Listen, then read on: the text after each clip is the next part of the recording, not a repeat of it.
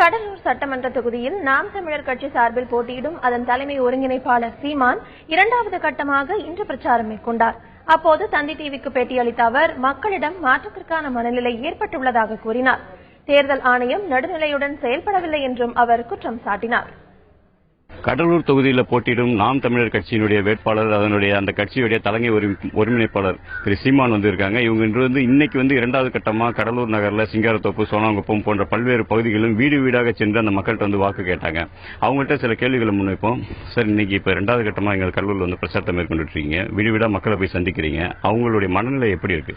மனநிலை மொத்தமா ஒரு மாற்றத்துக்கான மனநிலை நான் பாக்குறேன்.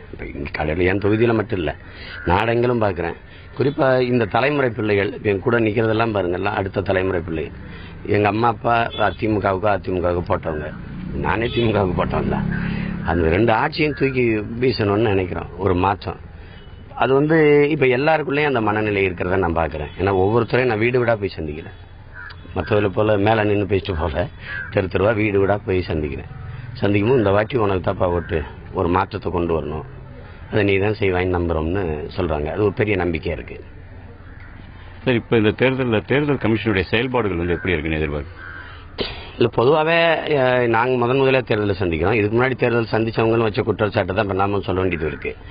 ஏற்கனவே அதிகாரத்தில் இருக்கிறவங்களுக்கு ஆதரவா துணை போறது போலதான் ஒவ்வொரு நடவடிக்கை இருக்குதே ஒழிய, எங்களை மாதிரி பிள்ளைகள் முதல்ல தேர்தலை சந்திக்கிறவர்களுக்கு எந்த ஒரு இதுவும் இல்லை, நெருக்கடிகள் தான் கூடுதலா இருக்குது. இப்போ தேர்தல் ஆணையம் அது மேல நம்ம நம்பிக்கை இழக்கல, நம்பிக்கையை முழுக்க வச்சிருக்கோம்.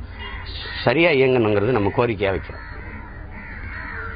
தற்போது பார்த்தீங்கன்னா அந்த கடலூர்ல வீடு வீடாக சென்று மக்களை சந்தித்துக் கொண்டிருக்கும் சீமான் தேர்தல் கமிஷன் நடுநிலையாக செயல்படணும் அப்படின்ற ஒரு கோரிக்கை முன் வச்சிருக்காங்க.